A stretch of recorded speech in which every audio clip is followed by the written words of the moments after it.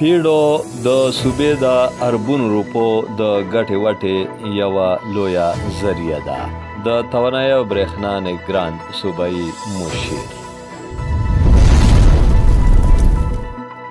د توانایي منصوبې به د معاشي استحکام او صوبې د ترقۍ کوټلي ګام ثابت شي.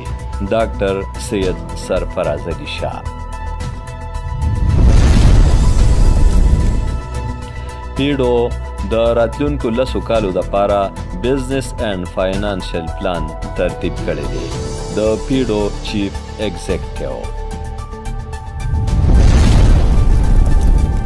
پلان کې شاملو منصوبونه صوبې ته د کال د 50 ارب روپو د ګټې تمه ده.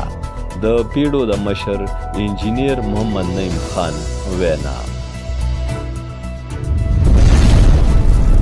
تفصیلات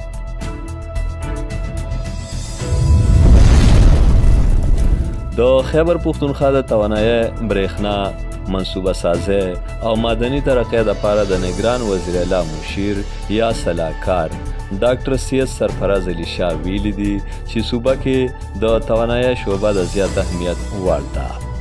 د توانایي محکمې ځیلي اداره پښتونخوا انرژي ډیولپمنټ آرګنایزیشن پیډو د خیبر پښتونخوا صوبې یوه ګټندویه اداره ده چې د صوبې دپاره د کال اربونو روپو د آمدن یا ګټې وټې لویه ذریعه ده.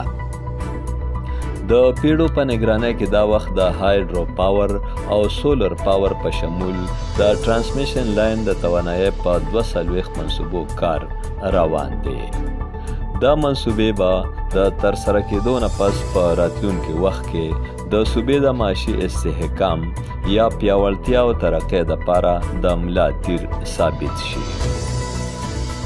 صوبه کې د بجلی د نظام ښه کولو او خپلې پیدا کوونکې برېښنا د ترسیل لپاره په لومړي ځل خیبر پښتونخوا ټرانسمیشن اینډ ګریډ کمپني جوړه کړې شوې ده. دا کمپني به د پیډو د تیار کړې شوې بجلی ورکړه باوري کوي. د دې کمپنۍ د انتظامي ډانچې دپاره تیزۍ سره کار دوام لري. نګران صوبایي سلاکار دا خبرې د پیډو هاوس پېښور د دورې په وخت د خپل صدارت لاندې تابع شوې غونډې ته کړي دي.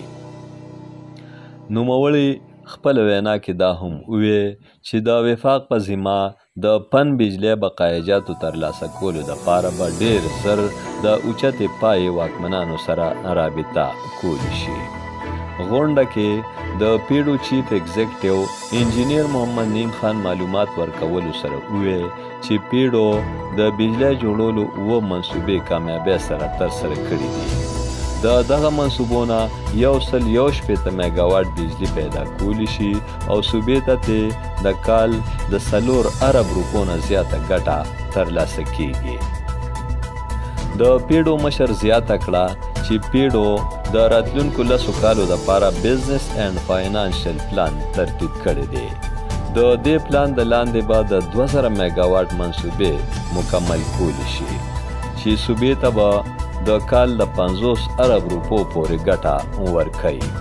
چیف ایگزیکټیو انجینیر نعیم خان وویل چې د توانایي ګڼې منصوبې د ترسره کېدو اخري مرحلو ته ورداخلي شوي دي چې ارزانه بجلي به پیدا کولی شي.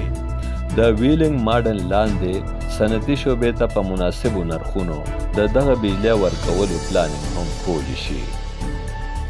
د غونډې په آخر کې د توانایي صلاحکار ډاکټر سید سرفراز علي شاه د پیډو په مجموعي کارکردګۍ اطمینان ښکاره کړ او په ډاګ یې کړه چې د توانایي په ځینو منصوبو کې وفاق سره د پیښو ستونزو او مسلو د حل لپاره به اعلی چارواکو او واکمنانو سره رابطې کولی شي.